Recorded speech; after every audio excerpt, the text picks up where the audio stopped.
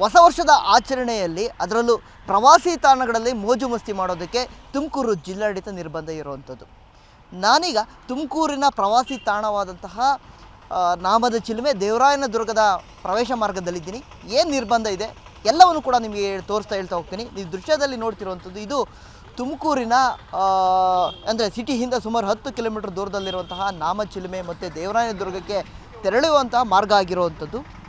ಏನು ಇವತ್ತು ಸಂಜೆ 6 ಗಂಟೆಯಿಂದ ನಾಳೆ ಬೆಳಗ್ಗೆ 8 ಗಂಟೆ ಅಂದರೆ ಜನವರಿ 1ನೇ ತಾರೀಕು 8 ಗಂಟೆಯವರೆಗೂ, ಮತ್ತು ನಾಳೆ ಸಂಜೆ 6 ಗಂಟೆಯಿಂದ ಜನವರಿ 2ನೇ ತಾರೀಕು 8 ಗಂಟೆಯವರೆಗೂ ಕೂಡ ತುಮಕೂರಿನ ಪ್ರವಾಸಿ ತಾಣಗಳ ಮೇಲೆ ಏನು ನಿಷೇಧಾಜ್ಞೆಯನ್ನು ಹೇರುವಂಥದ್ದು.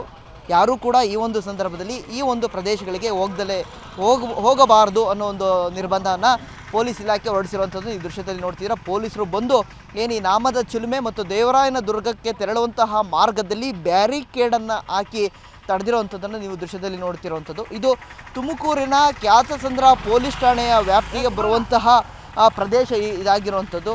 ಹಾಗಾಗಿ ಇಲ್ಲಿ ಓಡಾಡಲಿಕ್ಕೆ ಯಾಕೆ ನಿರ್ಬಂಧ ಅಂತಂದರೆ ಇದು ಅರಣ್ಯ ವಲಯ ಆಗಿರುವಂಥದ್ದು. ವಿಶೇಷವಾಗಿ ತುಮಕೂರಿಗೆ ಹತ್ತಿರ ಇರುವಂಥದ್ದು. ಏನು ಹೊಸ ವರ್ಷದ ಸಂದರ್ಭದಲ್ಲಿ ಸಾವಿರಾರು ಸಂಖ್ಯೆಯಲ್ಲಿ ಜನರು ಬಂದು ಮೋಜು ಮಸ್ತು ಮಾಡುವಂಥದ್ದು.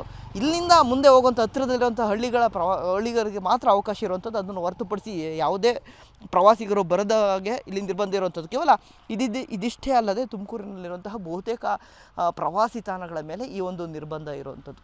ಇದು ತುಮಕೂರಿನಲ್ಲಿ ಹೊಸ ವರ್ಷ ಆಚರಣೆ ವೇಳೆ ಯಾವುದೇ ರೀತಿಯ ಅಹಿತಕರ ಘಟನೆ ನಡೆಯಬಾರದು ಅನ್ನೋ ದೃಷ್ಟಿಯಲ್ಲಿ ಪೊಲೀಸ್ ಇಲಾಖೆ ತೆಗೆದುಕೊಂಡಿರೋ ಕ್ರಮ ಆಗಿರುವಂಥದ್ದು.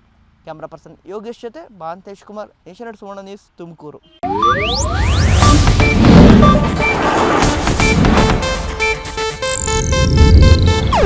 ಇದು ಏಷ್ಯಾನೆಟ್ ನ್ಯೂಸ್ ನೆಟ್ವರ್ಕ್ ಪ್ರಸ್ತುತಿ.